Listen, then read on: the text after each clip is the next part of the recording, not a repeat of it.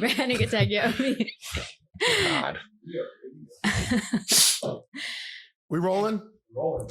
Oh, shit. Here we go. Welcome back to another episode of the Wolves Only podcast. And my name is Cigar Justin.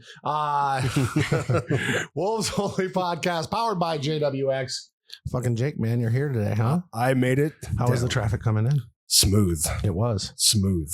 Then how did you end up here a little late? I left late. That's the thing about preparation, right? Yes. You're getting older too. So like Time is of preparation essence. H has become a thing. It's always been a thing. It's always been a thing. Okay. I don't think it's age. I think it's That's just modern day stress and anxiety, or I've got a really tough boss. He's really honest. he's a real dick, isn't he? Yeah. I heard a lot about him. Yeah. I heard he's hard on you. Yeah. Oh, man, I'm gonna have to give this guy a call, give him a little piece of my mind. Oh shit. I've had enough self-talk. Jen, Yo, what is good? it's all good. You came in from Placentia. Yes. How was the drive in? It wasn't bad. It wasn't bad. Yeah. I don't leave Huntington very often, and everyone always talks about like Southern California traffic, and I'm like, I don't get it. And they're like, that's because you drive 20 miles a year. But evidently it's bad, huh? It's bad. Yeah. That's why I only leave maybe like once a week. I mean, you live in the beautiful Inland Empire. Why would you ever leave? It's gorgeous. I wouldn't go out there either, though. I don't like the traffic going out that way, inland. Oh, man. It's bad anyway. No matter where you're at. It's bad. Yeah. I like where we're at. We're outside the city at least, but the drive here is nice. What city? Corona. South Corona. South Corona. Yeah. We're like out by like Dos Lagos. So at least we got the mountain view. Sounds like Mexico, though, doesn't it? No. That's more. Oh, okay. That's cool, though. Yeah. I'm married to a Mexican. I like her. Oh, yeah? Is she full? Oh, yeah. She just went to TJ. Oh, yeah. To go to her house down there. Oh, right I on. got 2 Mexican homes. One in Sonora and one in TJ. Nice. Yeah. It's no man's land. You don't want to go down there. That's a risky business. Yeah. You'll go missing. They'll You don't stand a chance. I might stand a chance, but you don't stand. Jen stands a chance. We'll go together. I'm giving you up. I'm giving you up. No. Jake. Vietnamese. Full? Yeah. Okay. Nice. Yeah. People are going to Vietnam more. Yeah. It's actually, I mean, not that I've been there, but from my parents, they tell me that like it's changed completely. I've heard it's wonderful. Beautiful. Yeah. Beautiful. I've heard that it's a good spot to be. I mean, like, it's friendly, Mm-hmm. I've heard it's very nice. Yeah. Do you have plans to go? Beautiful. Sure. Yeah, I do. Do you have family there? I do. You do? Yeah. My dad's side. Most of my dad's side's over there. You both But parents born in? yeah. Okay. Yeah. They both came here in 75, Wow. right after the war. Okay. Yeah. Because all you ever hear about is the war. But I think that's all you ever hear about anything when you're like an American, right? You only hear like historical landmarks. And you're like, oh, yeah, Vietnam. We got our asses kicked. I can't say anything, but I mean, I was around the war. Yeah. God. Yeah, but this isn't about the Vietnam War, Jake. No, it's not. This is about Jen. Jen, so you are a mother. Yes. Okay. And how many kids? 2. 2. Boy, girl. I got one of each. So I was like, boom. Done. How Good. old? Good. 21 and 15. Both their birthdays are in October. 21. So. Yes. I know. Wow. How old were you when you had your 21? 21. Oh. Get out of here. Yeah. Wow. And that's a he or she? The he. That's the he. Yes. And does he still live at home? Yeah, he's with me. Okay. Yeah. What's he doing there, man? He's got to get out. I know. But you know what? Surprisingly, just like him being 21, when I was 21, I wasn't like on my feet or anything like that. But he's going to college. He's doing the online college thing. He's an entrepreneur. He has his own merch, his own brand. He sells his own shit. He never asked me for money. Like he does his own thing. That's great. Yeah. I think it is more acceptable to be staying at home if you're staying at home to achieve something like a business or go to college and you're saving money that way, then it's totally acceptable. But a lot of kids, they're freeloaders. Right. And it's, I moved out when I was 17. Same. Wow. Well, 18. I lived in a farmhouse with my band. Did I ever tell you about this? I don't think so. Oh my God. The house my mother grew up in. She grew up on a farm.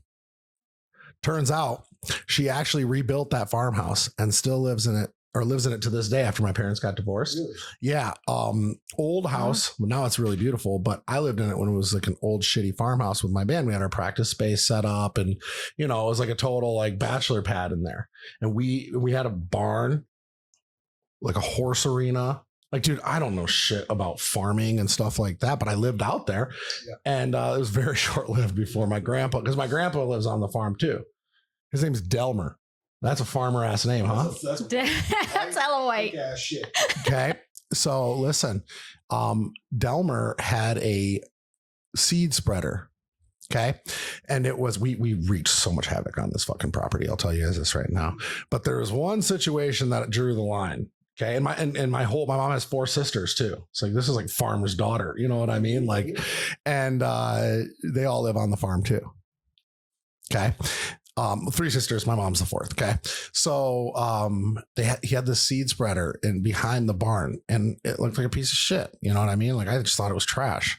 So we used to like, we're fucking 17, 18-year-old kids. Like we don't know like the value of things and we're just partying and throwing the trash in the barn, in big trash bags. And we decided one day to take all the trash and put it in the seed spreader and set it on fire. Right. Like that's what you do out there. You burn your trash. So I'm like, well, we had a lot of it. We couldn't put it in a burning barrel. So, we're going to put it in this piece of shit seed spreader. So, we covered in gasoline and throw a fucking road flare into it. I've heard this one. Have you heard this story? Yeah, you told me this one. And this thing, mushroom clouds, blows up. Okay. And the next morning, my aunt comes busting into the house and we had just had a party and everything. And it like stinks like cigarette smoke in there. And she's like, what the fuck did you do to the seed spreader? And we're like, that piece of shit back there? She's like, that's 100-year-old seed spreader. It was handed down from your great-great-grandpa. It was going to be yours one day. It was probably worth like $200,000. Oh, yeah. And I'm like, well, it's not worth that anymore. Anyways, so yeah, that's a little history. I don't even know where we got off on that. No, that's. Oh, I moved out when I was 17. Yeah, we're talking about moving out. Yeah, because that's. And then I blew up. Yeah, so I moved out at 18 into the band house, but ours was like a garage turned into like a studio half-ass apartment, and lived there for years up until we toured. But, yeah, I ended up back at my mom's a couple times on and off the tour. I mean, expected. I wasn't no entrepreneur. I was right. Dipshit. He was a dipshit. Still a dipshit to this day. So, and then and your other one is 8? She's 15. 15. Okay. Yes. She's with her dad now. Okay. Yes. Nice. That's great. So when did you kind of get into your fitness role? I know you've been a single mother bartender. Mm-hmm. When did you decide like fitness was kind of your next chapter? Fitness for me, I've always been like active. I've always just kind of done stuff, kind of liked sports and done stuff. Even when I was getting high, I was smoking a bowl, going for a run in the morning and, smoking a bowl again. I don't know, but I was just like moving. But it wasn't until like, before I got locked up, I got into pole fitness because after I had my daughter, I wanted to lose some baby fat. So this girl, one of my eyelash extension clients, we decided to take a class together and we got hooked on pole. And that was just like, oh my God, I freaking love this, dropped all the baby weight and just kind of got so addicted to it. I ended up teaching. So then I became a pole fitness instructor because I knew like I wanted to be a teacher actually when I was younger.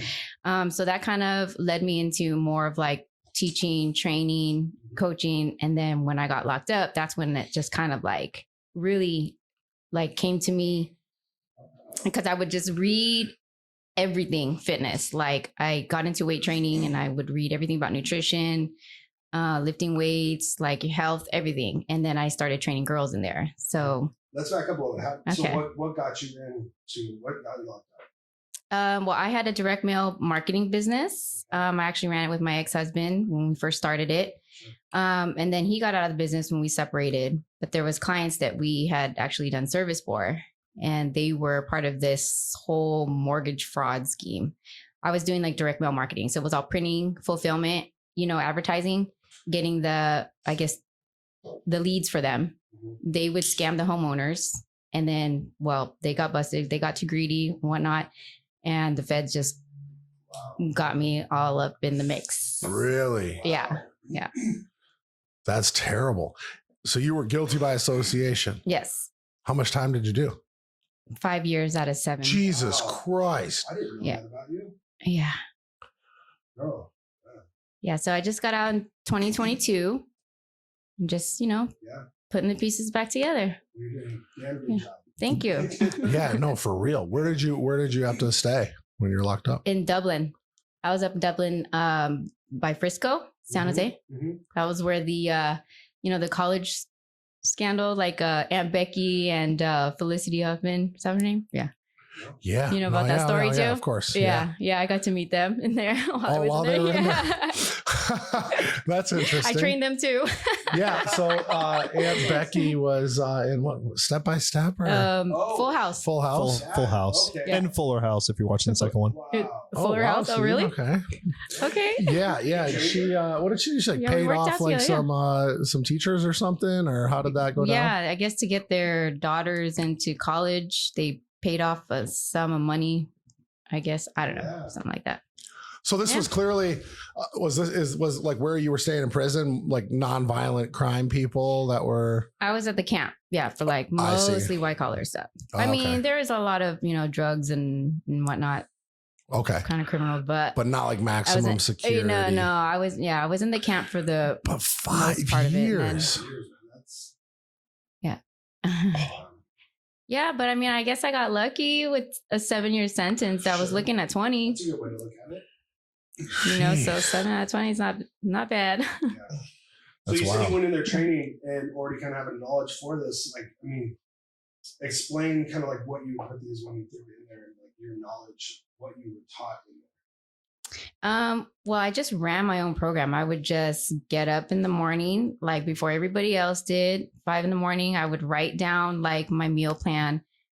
How many calories was it? Like I did the math by hand. Like, okay, this is how many calories. This is how You many were grams able of to do protein. macros in with the food that they were providing. A lot of it had to be bought through commissary. Okay. I mean, I see. because Yeah, it's yeah. all junk, Yeah. So luckily it was all like your little self-serve packets of salmon or your packets of mackerel, and everything was like on the label. So like I knew, or if I didn't know what something was, I would have to email my sister, wait 4 hours for it to get to her, another 4 hours for her to send me back the info. But you know what I mean? There was a way.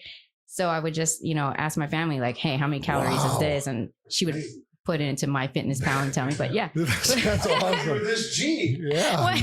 Damn, we're learning a lot. So you're doing macro. This is the title of this episode needs to be macros in prison. That is, and I've never heard that before. Obviously, I know a lot of guys that have gotten jacked when they were in prison, but never met a female that built out a full blown nutrition plan for herself. That's more G than Dane Carter. Is that? Yeah, Yeah, Dane it wasn't is. that G in there. No, he wasn't. Damn, Dane. Damn, Dane. So tell me, okay, you said there's lots of drugs, and I know that you are a recovering addict. Were you still using at this time? I did up until the day I got arrested. Yes. Okay. Yes. Cause I actually, I started drugs when I was like 12. My cousin gave me a line from summer school. I'm like, Line of coke, it was speed. speed At 12. at 12. Yeah. Damn, you went And then- straight It's in. just- it's just- Yeah. But I was, I was actually committing fraud since like 4th grade. To be honest, I was. Yes, how much? Wow. Yeah, I know. It was so bad. I was like stealing their checks, and I was like writing out checks to like the book club. You get those the book scholar, whatever. When the book. Book it. I just wanted books to come in my Book cup. fair, Yeah, It's that. book it. One company that's always. You read a certain amount of things and you get like prizes. Scholastic.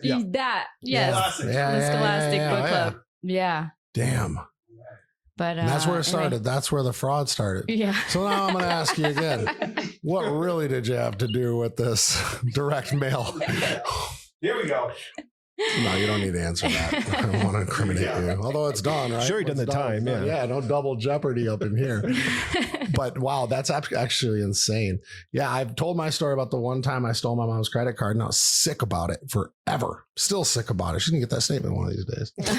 One of these days. I'm taking $5 out of it, let alone. Yeah, here's Jen just fucking ripping the whole checkbook, doing speed at 12. Like this chicken Justin, do you remember what you bought? with my mom's credit Yeah. card. Yeah, speed reading books. Oh yeah. Speed reading CDs. See, at least it was for a good cause. Yeah. I wanted to read. The one time I ever did. I know. Yeah, no, it was. And I was fucking paranoid. I was like, no way, my mom's gonna.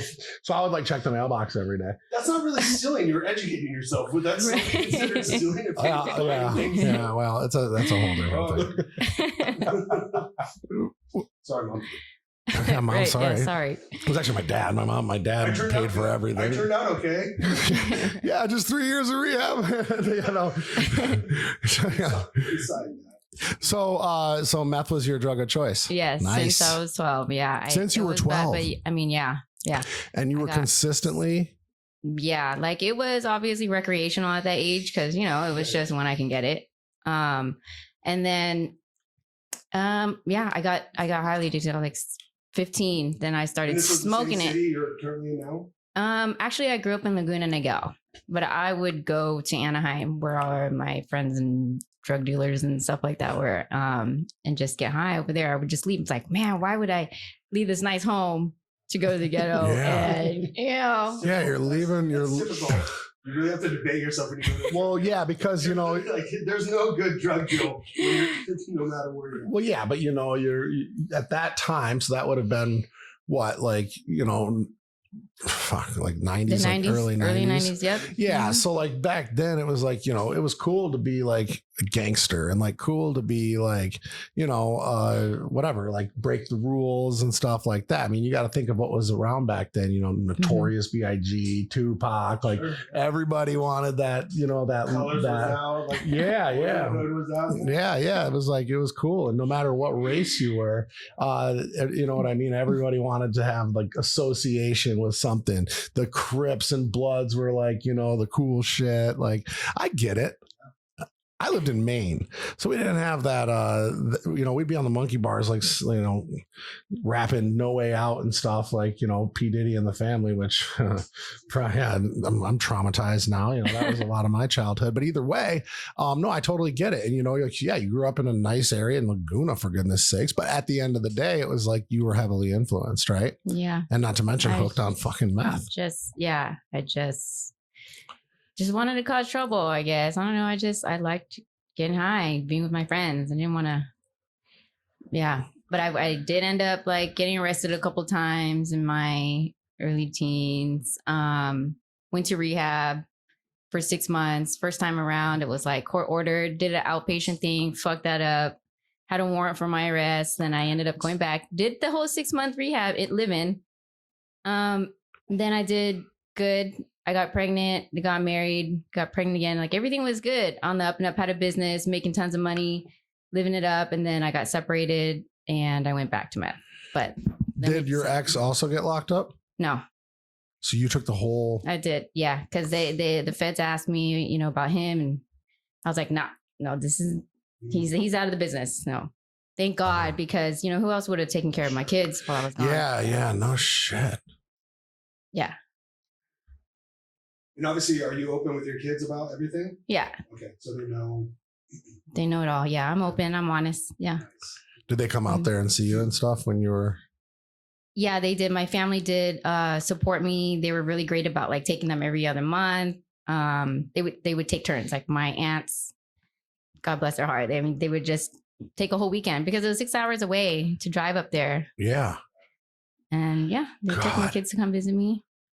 We had video chats in there too, so that was great. Oh, that's nice. Hmm. So straight out of prison, did you go straight into bartending? I did. Actually, I had no experience with bartending. Was that a hard So- transition? I mean, obviously you were sober coming out of prison, right? Yeah. So was that a hard transition going to bartending or not? Like, Well, back up a little bit because you would have been in prison. You would have been locked up right at the tail end of COVID or beginning of COVID. Before COVID. Yeah, 2017. And then Oh, COVID okay. hit Okay. Okay. 2020. And then that was just like, what the hell is happening? Oh my God, my whole family, I'm like, wow. not with my family. The world's going to end. Everybody's going to die. Like, what's happening? So that was scary.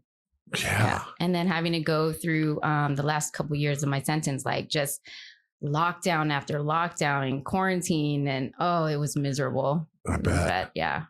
I bet a lot of people got out of trouble because of COVID. You know, Yeah.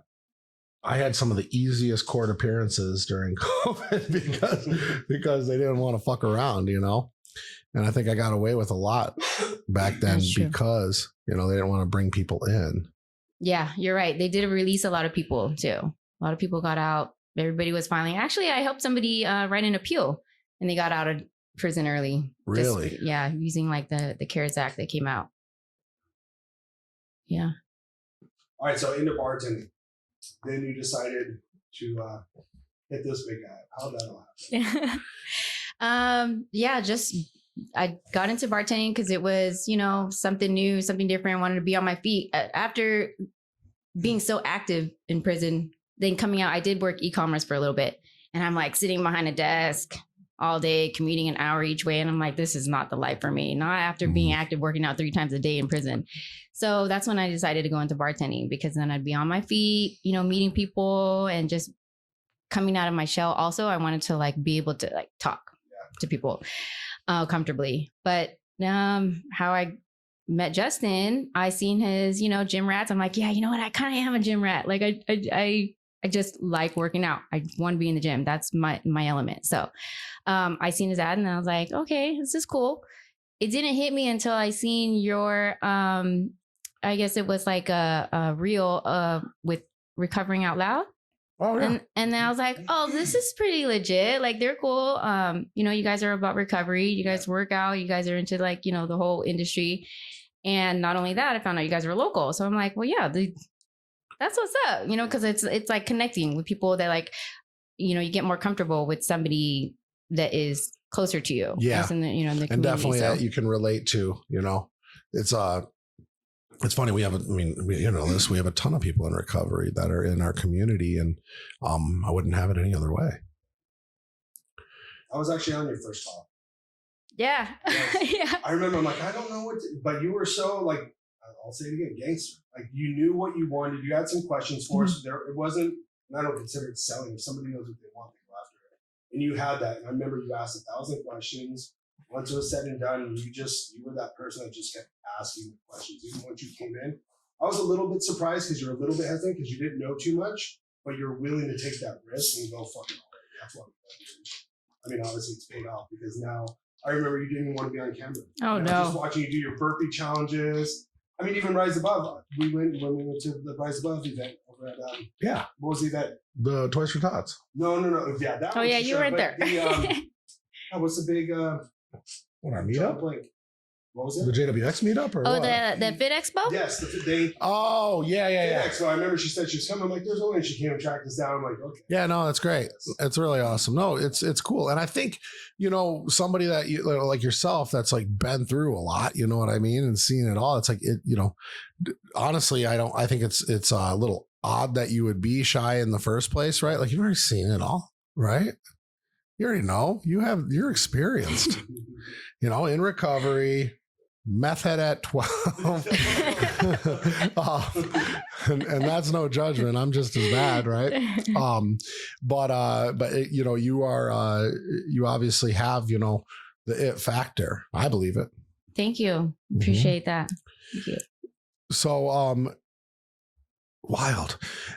Yeah, and I definitely like how you have been getting uncomfortable. You know what I mean? And it doesn't seem like you've been comfortable your whole life, right? Like you tend to put yourself Absolutely in not. an uncomfortable spot. And that's where like we like to stay. You know what I mean?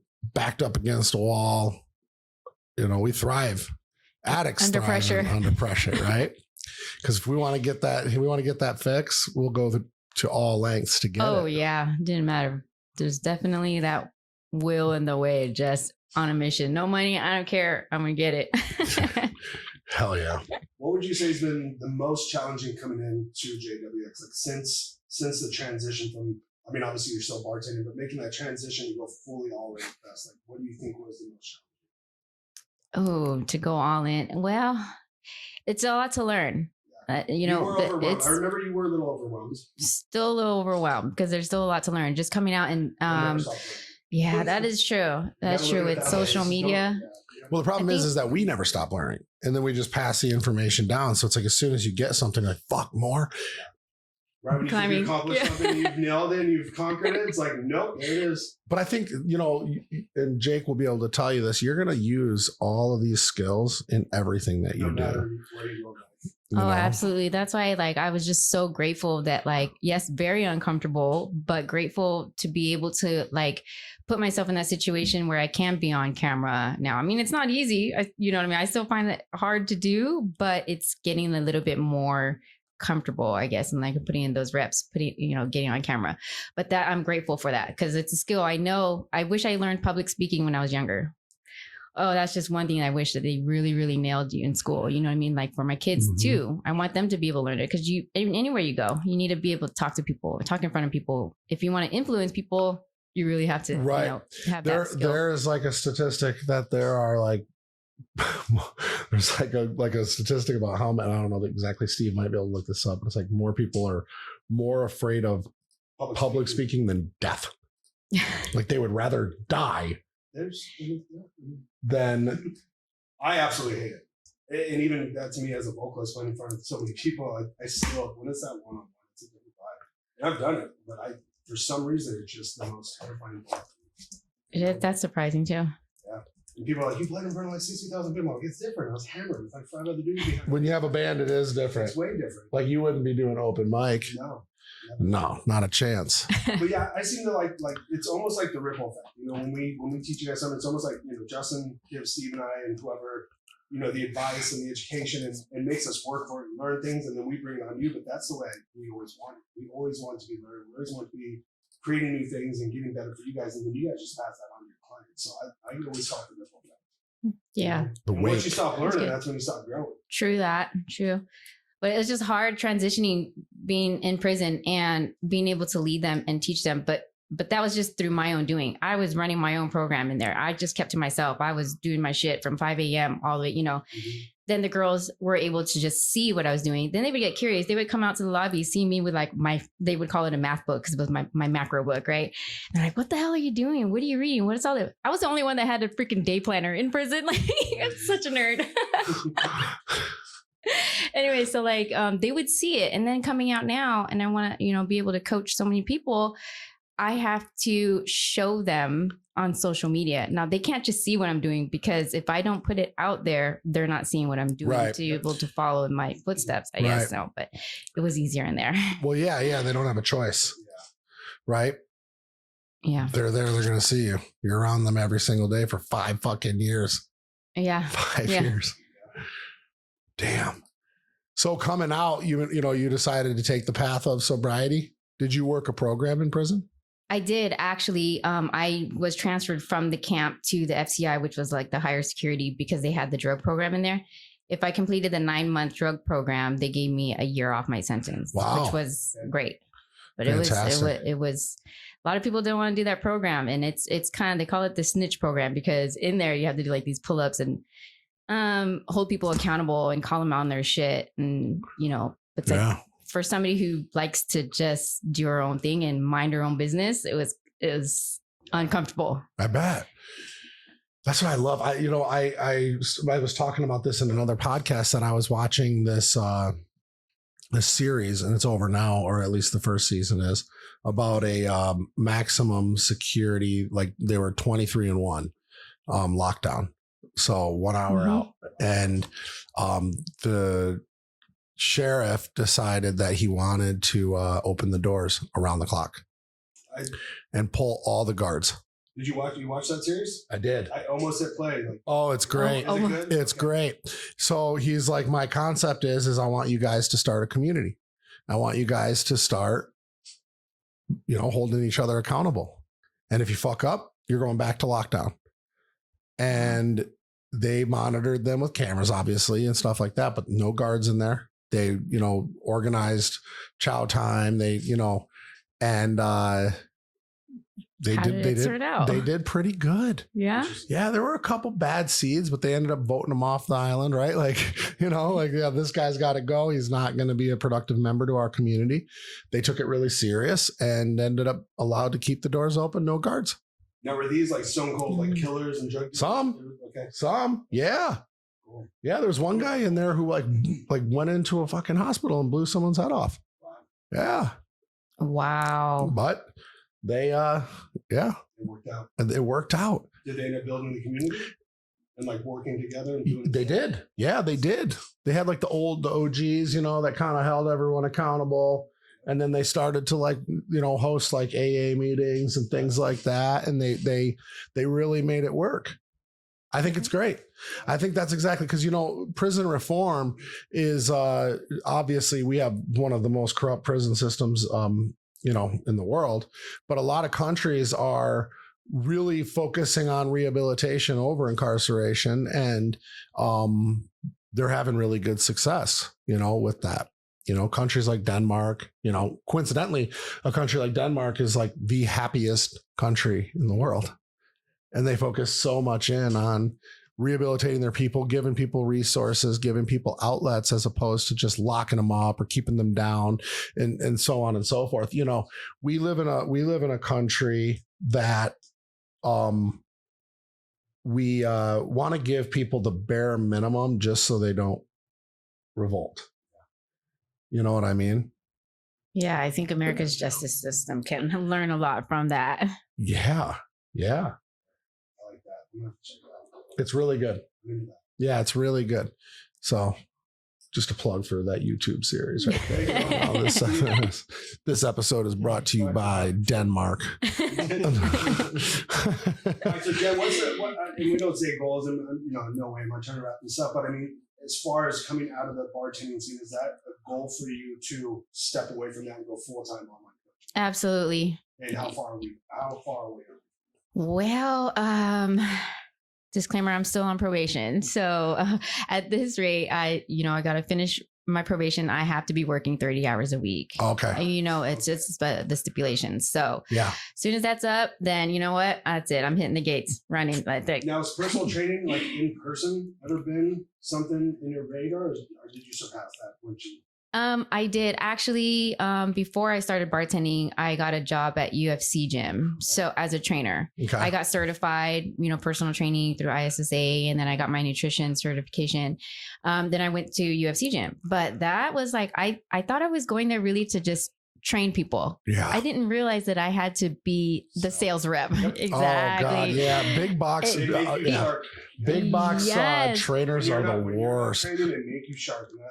Yeah. And I was super uncomfortable. They'd be like, oh yeah, just walk the floor for 2 hours on your next, the first part of your shift. Ugh. Just walk the floor and, try to get people to sign up for personal training. And I'm like, dude, they don't want to be bothered. Well, I mean, that was just a limiting belief of mine, just because I got my head, I'm working out. I don't want to talk to nobody. I'm focused. Yeah, I got time, but there's something to that actually could be a really good skill set, but I don't know. Yeah, so I had to do it when I first started personal training in 2010.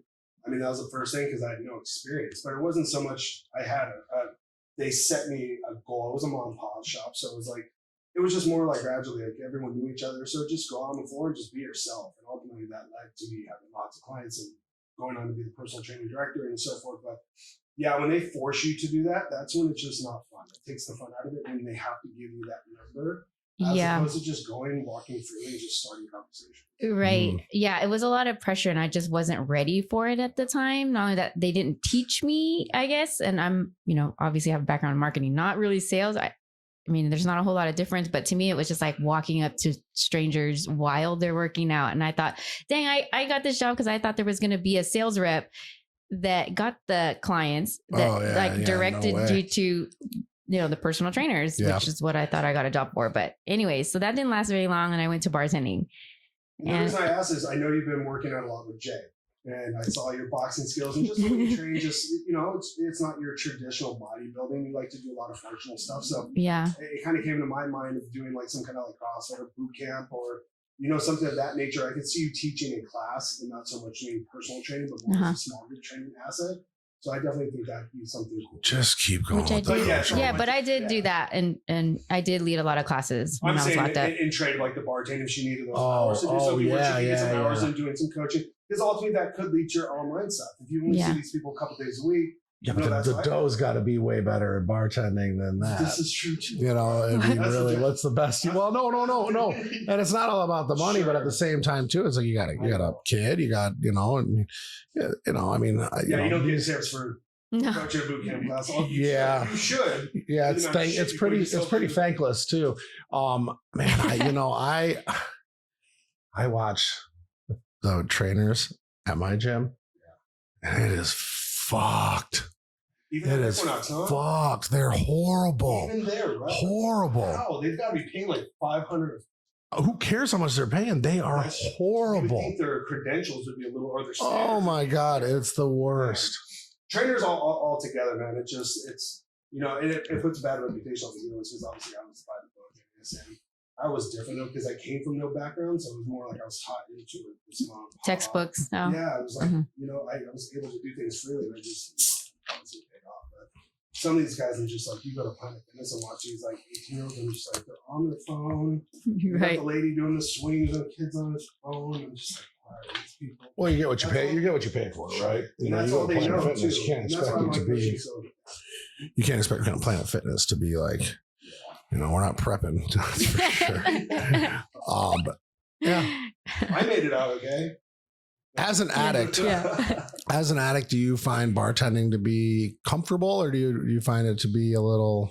It is comfortable. It's not even about what I'm working with. It's, I guess, who I'm working with. Yeah, that's true. I did work with, got a second job at a brewery, but I realized I kind of like my job just because of the people that I work with. It's more about that, being able to click with the people that you work with. I know a lot of people in recovery that are bartenders, and they. Were you a big drinker though, also, or was it mostly just hard?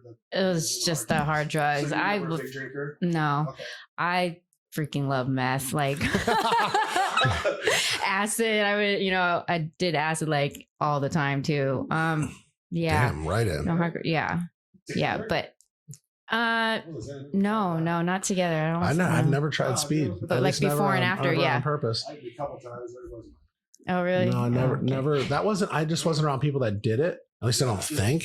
Now that I look back, I'm like, that guy's a little off, But no, I was all party drugs. And I guess meth is a party drug to some people, but never was my thing. It was. I tried and I knew exactly how people got sick. I didn't have the friends, the circle that yeah, no heroin. That's good. It was always like early on. College was pills, cocaine. Adderall, you know what I mean? And then later on in my later adult life, it was party drugs, It's crazy. I didn't even know what Adderall was. I didn't even know what Adderall was until a couple years ago. Really? I didn't know some of my friends did it. And they're just like, yeah, try this. It's fucking miserable. That drug is miserable though. Because I came off of like some opioids. I had 6 months of life opioids. So once I found out about Adderall, I'm like, but it's better than Coke. I'm like, no. It's not. It's not because it makes you fucking think weird shit and do weird shit. I tried it a few times, and to me, it was more the come down, and I guess that's where the addiction came in, is because you have to keep doing it. It's fucking miserable. I actually heard that like Adderall expands your mind and it makes you think about this is. I mean, I've never done it. I've never tried it. I'm actually definitely afraid of even trying anything that's like that because I don't want to go back into amphetamine too. Exactly. People I won't. Around me that have done it, they say they call it the limit. They get so much work done and they can function. And see, I was never like that. See, only people I know. I just was weird. Like it made me like really irritable. It made me drink like a fish. Well, is that where it comes down to like the personality, like you have the ADHD and it's I'm pretty ADHD. ADHD. It fucks you up and does the opposite. Is that kind of what you were? No, it kept me awake, Gotcha. but it was just like, again, like you just like your decision making and like it didn't work out good for me, and I took it for years. That's the last drug I ever took. That's why my sobriety date is what it is. Otherwise, I'd have a lot more time. Really? I was prescribed it and everything, but yeah, like it just made me fucking selfish and weird. I hate that fucking drug. Did you have rage? No, no. Drugs, no, I'm not an angry person. As a matter of fact, like I really don't get like mad. I get, if anything, I just get sarcastic. Steve, are you hearing this? Yeah. You got that down? This is all on record. I don't get mad. No. I get concerned. No, I get disappointed. I just get disappointed. I'm not mad. I'm disappointed. Oh. When I have to spank Steve, I tell him, I say, this hurts me more than it's going to hurt you. You know, no, that's not me. Interesting. It's not me. And like usually drugs will amplify the person you are. If you're a dickhead, you take the drug, you're going to be a bigger dickhead. Is that it? I had my moment. Everyone called me Fun Jake, like Fat Jake, but you know, there's signs when you took it too far, and I would think I was being fun and just kind of like, oh, the guy, like the fun, but I was just bragging on people and being a dick. I see. And once I noticed that, thinking that I was having a good time and that other person would be having, like on tour, like I would just fucking punch my bandmates. I was just an asshole. But to me, I thought I was just having a good time with them. But then I'd take it too far and like, oh, I'm sorry. But then I'd feel so bad the next day and I didn't drink it again. So, you know. Yeah. I wasn't an angry drunk. I was just a dick. But God, you know, looking back at it now, it's like drinking is such a waste of time, such a waste of resources, energy, and money. It's like stupid. Like it's like you need it. And I see these guys, they're like, yeah, I gotta have a couple beers before I go out. You're like, you have to. I was always, I had to be fucked up before I could step foot out the door. Call that. Oh, really? Oh, no. Anywhere I went, it literally was like, we just slammed. Uber's there. Hold on, wait. You're going to a bar. Oh, yeah. Fuck, I forgot. But you save more money at home. No. But yeah, and it's like, it's like. I look back, I'm like, how much money did I actually, given on a tour, like 8 years when alcohol was free, so I didn't waste it there. But so you sit back and you look at it and you're like, and that was finally the decision. It'll be a year coming up. It's our anniversary tomorrow. And I remember last year, we'd gone out to the hotel and we had a drink at dinner. And it's just one of those things where I was just like, I'm drinking. Here, it's funny. I was on another podcast like a couple of years ago with some of my friends that have a coaching business for like guys that want to learn how to talk to women, and they do retreats or they do like events where like they'll have women come and like they get these guys liquored up and they teach them like how to pick up line and how to show confidence. And I'm like, okay, but your process is you're getting these guys liquored up. So like right away you are giving them a false sense of confidence, a false sense of some sort of security. That liquid courage. Right. And that's how you're coaching them to go and approach women. So when they don't have that, they're going to end up being bitches again because they're already bitches. They'll have no confidence. Right. Or self-esteem. Yeah, that's all. That's ass backwards. Right. And it's, and most men are bitches and we know this, I'm sure, yeah. I'll second that. Yeah. How's that working out? Yeah, no love life. No. That's okay. It is okay. Yeah, it is absolutely okay. Yeah. I think I love it when people can like be alone, be happy being alone. You know what I mean? Get to the best version of themselves. And then all of a sudden they end up finding like this amazing person that is also okay with being alone. The problem is people get out of relationships and they drag shit in and the other person isn't ready for that, or that other person has equal amount of baggage, and then it mixes up and then they get an apartment together and now you have rent and it's like fucking implosive. Like there's nothing good about that. There's that quote, and Justin may have heard it. The people that can be alone with themselves turn out to be something like scary, like you are confident. There's a quote that's always on those memes. Wow. It's like a person that can master being alone can master anything. Like it's insane. I go to think about that and coming out that I hated being alone. I was always a relationship guy. If I was alone in my apartment, I Codependent. would go fucking crazy. Yeah. Like No, I once know I that. break up with a girlfriend or had my divorce, it was like I had to have the homies over. I had to go out to the bar. If I was alone, I'd just go on a rampage. And it was up until Angela, like right before Angela came off opioids. Actually moved in with my parents when I was 37. And I was there for a little bit, got sober, and then met Angela. And I was alone for like probably 3 or 4 months prior to that. And that's when Second Life started. That's when I really kind of found out who I was. Just being, and most of my friends are like, be alone. Just don't go out. I stopped drinking. I stopped obviously doing the opioids. And that's when everything kind of came to. Second Life came. I was like, I'm going to start this all my business and blah, blah, blah. And then all of a sudden met Angela. And that was the greatest thing I ever did. Being alone. Hashtag love goals, you guys. Yeah. No, but I mean, I was alone. I wasn't, obviously, because I was married. When I separated, I was in another relationship after, but that was bad because he was a super bad influence. It was toxic. We did major drugs together, like, and it was just bad. But, it was a blessing that I got locked up. I, got sober and I was able to break off from that relationship. Sure. Which I'm like, oh, thank goodness. Yeah. But yeah, coming out, like I did meet somebody in the halfway house. I was talking to somebody, Oh, but 13th I just, step. Nice. But we're really good friends. Yeah.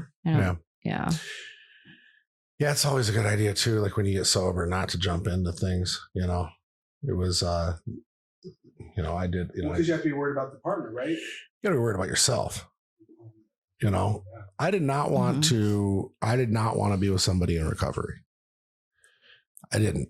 I wanted to be with somebody who was a normie that didn't have issues, that could go have drinks and stuff like that. Lizzie has drinks. We go out, she'll have a glass of wine, but she's capable of having a glass of wine or 2 at most. I'm not, right? I have a glass of wine and I'm in the bathroom blowing lines.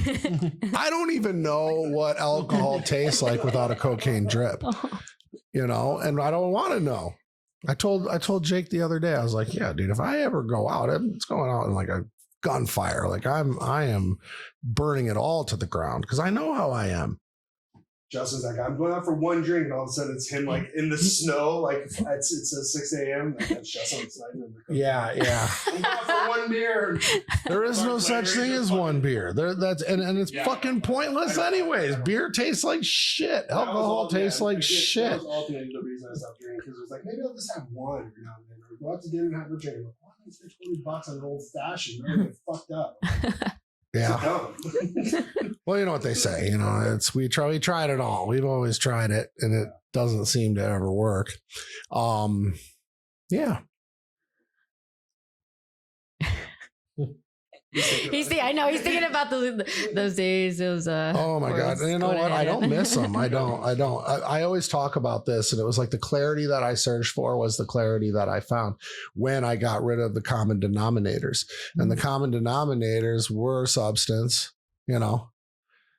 I still like my instant gratification. I still like buying shoes. I still like my retail therapy. I still like binge watching shows. I do it all the time.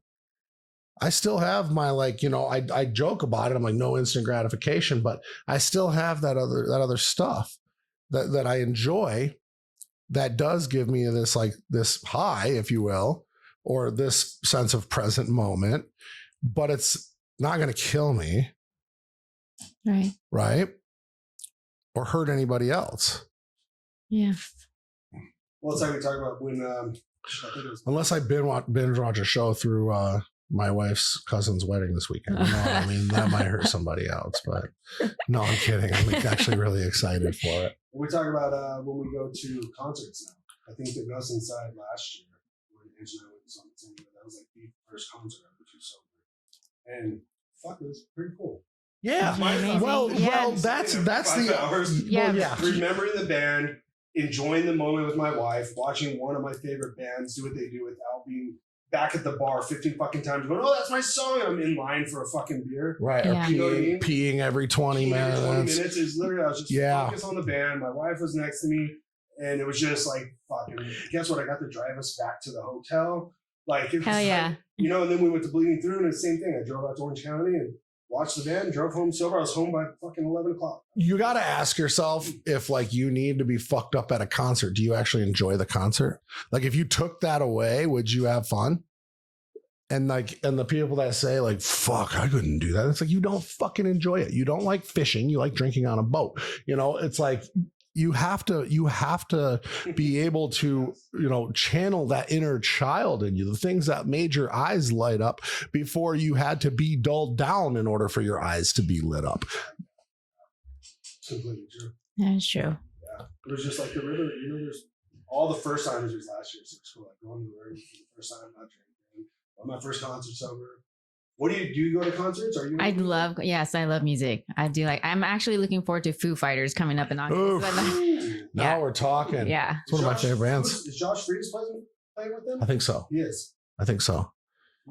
Nice. What are they playing? BMO Stadium. I actually don't even BMO. know where it. That's the soccer stadium. Yeah, I just saw Turnstile and Blink-182 there. Oh, okay. It was fantastic. Nice. Yeah, great stadium, in and out, really easy parking situations. Oh, good. Kind of shot out, but all in all, it's a good situation. No, it's beautiful there. It's huge. I'm excited. Yeah, I haven't been there. So When is that? August 11th. Yes. My pre-birthday little gift to myself. Yeah, my birthday's at the end of August. So. It'll be interesting to see. My whole issue. One of my favorite things about Foo Fighters, and fucking RIP Taylor, but you know, was like watching that synergy between Dave Grohl and Taylor Hawkins. When they'd play, they would like smile at each other the whole entire time. And it was like, you know, you could pick that energy up, that it was like Taylor Hawkins is like, this is the only band dynamic where the lead singer and songwriter is a better drummer than the drummer, arguably. But to Taylor Hawkins, Dave Grohl is a superior musician. It's his idol, right? You know, Taylor Hawkins was Alanis Morissette's drummer before he was the Foo Fighters drummer. Love Jagged Little Pill. It's perfect. The album's perfect. It's 12 tracks or whatever of just every single song slaps. But he was in the situation with like Alanis, who was the biggest at the time. They were huge. And he left because he believed in Dave Grohl. Best move he could have ever made. Now, of course, he struggled with his issues, and obviously that got the best of him. What a story, though. I mean, that documentary blew my mind because I had no idea. Obviously, I knew. Oh, about Alanis? No. The Foo Fighters documentary, where they just went in and out of members and the triumphs and all the stuff. But obviously, I knew he came from Nirvana, and that was my. Well, you know, Pat Smear was it from the Germs? Yeah. And then you got Sunny Day Real Estate. Yep, Sunny Day Real Estate's bassist. Once they started naming, I'm like, man, this is a fucking encyclopedia. Yeah, they're a super band, and I think a lot of people don't. No, I haven't. Now I want to. No. Oh yeah. You see what a great and bad guy Dave Grohl is, because he's so focused on the music, and he knows he built this football team around just basically a blank canvas. So it's amazing to see him put it together and know exactly what he wants. And some people wanted to be, and some people didn't because of that. But I mean, as a musician, like that's just the way it's got to be. You're a fucking artist. My brother had two. So my brother's like, I'm a huge Foo Fighters fan, but my brother's like just fucking a huge Foo Fighters fan. And he used to work. He was one of the engineers at Chicago Recordings Company, CRC, when they did their US like album where they went to each city and they would record a song in like the history, the style of the music of that city. And they recorded at CRC, and Trenton got to run cables and run lines and stuff like that for them. And then that evening he got to run lines and run cables at their surprise secret show at Cubby Bear, right across the street from the Cubs stadium, Wrigley Stadium. Yeah. And had like a couple moments, but my brother's very like to himself. You know what I mean? He's a lot like me, but he's like he like tests people, and he doesn't come out of his shell until he's really comfortable. But when he does, he's a fucking riot. Either way, he had like these opportunities and he passed it up. Years later, he goes to Cincinnati to see, or Cleveland to see Foo Fighters. And he's at the hotel bar, and this is before he quit drinking, but he's having some Miller Lights. And Dave Grohl fucking sits right next to him. No way. And he's like, oh my God. And he's like, again, probably going after Liquid Courage to like approach him and talk to him.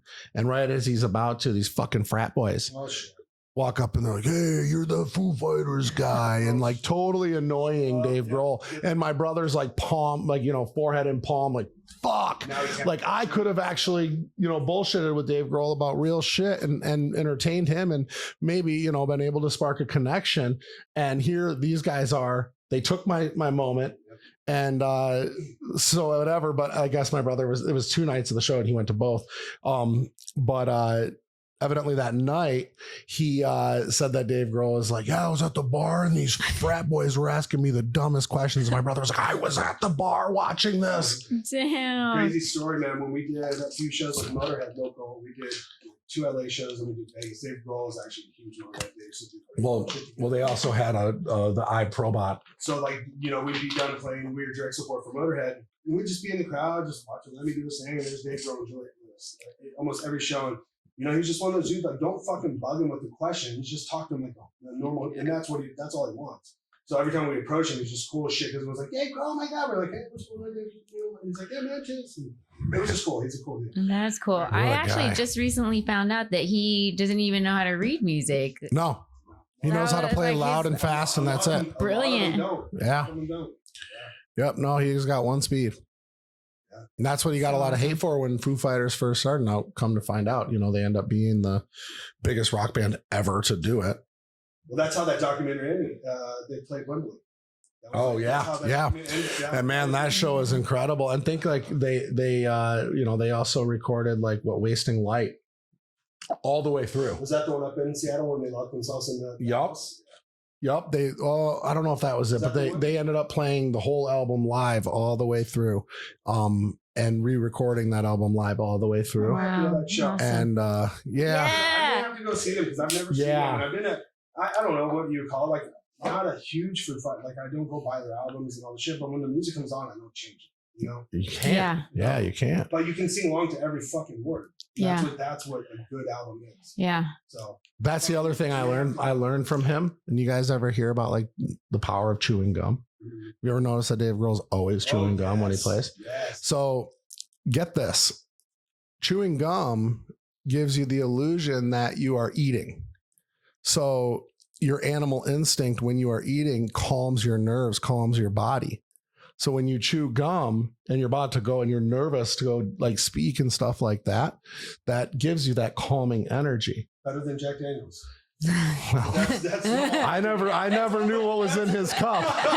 That's all I knew before. My conscience was a big old gagger. Yeah. Well, you always see him like, he'll spit out the gum and walk back to his head and like grab another slice, throw it in. He's funny about that up because I always knows that big. He always chews gum when he plays.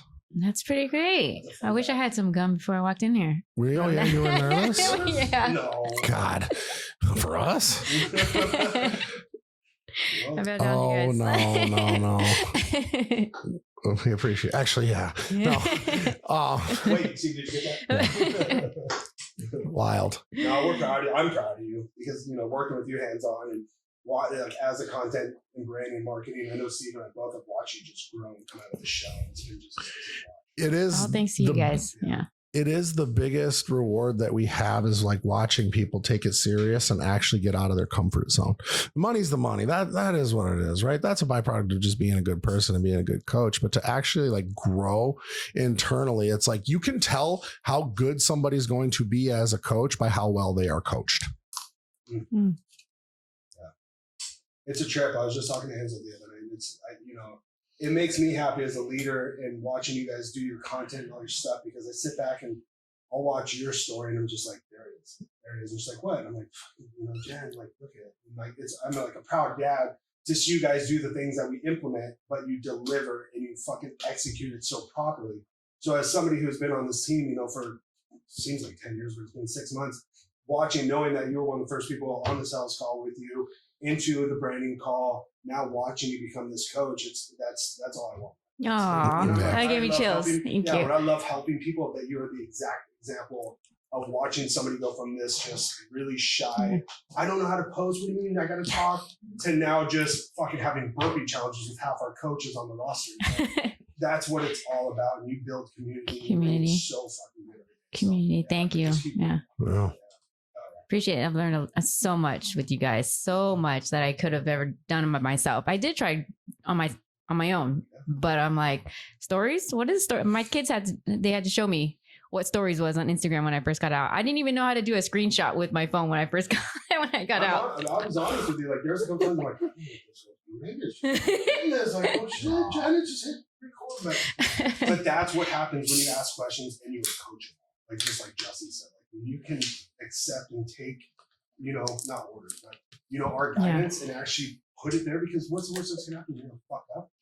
Nobody's going to make fun of you for making a reel that, wasn't the best piece. I mean, see, I make fun of Justin every day.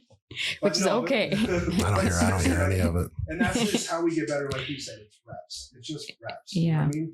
Justin's first story, like, he'll tell you the same thing. Like, it was garbage, Like, oh, terrible. Can you put it up on the screen right now? I want to see it. I don't know if I have it. But obviously, that's what's made him, is him getting uncomfortable. That's what made him see something in me when I was just like you guys as a coach. Like, he would tell me the same shit. Authentic, on camera, Jake. All right. So where do you see yourself? What is the plan? What do you expect out of the rest of this year? This year, well, I got to coast through, doing what I'm doing, still learning, still growing. And eventually I am going to leave bartending. Yes. Burn the boats. Yes. I was just burn the boats. Burn the boats. Yes. Do you have a specific date where you when's your? Yes. June 24th, 2025. Oh, okay. The day I'm on probation. Let's start grinding, girl. Yeah. If I'm looking for a coach like you, where do I go? How do I find you? Instagram would be the best bet, at New Win Fitness. New Win Fitness, spelled just like that. We'll make sure it's tagged right down below. Guys, if you enjoyed this, make sure you click subscribe, make sure you comment and like this stuff. Definitely go check out Jen over here at New Win Fitness. We will drop her link right down below. Jen, this was awesome. Thank you so much for coming here and doing this. Jake, thanks for being here with me, man. Thank you so much. Steve, damn you. And you guys, will catch you next time on the Wolves Only podcast, powered by JWX. We are done. All right, guys, that wraps up an episode of the Wolves Only podcast. Listen, if you guys like what you heard, make sure you subscribe, make sure you like and comment, help us get our message out there. If you want to work with our team, go ahead and click the link in the description below. Schedule a call with us. We'd love to get you on. We really appreciate you guys listening. And if you have any other questions, you can reach out to us on all forms of social media. Thank you so much.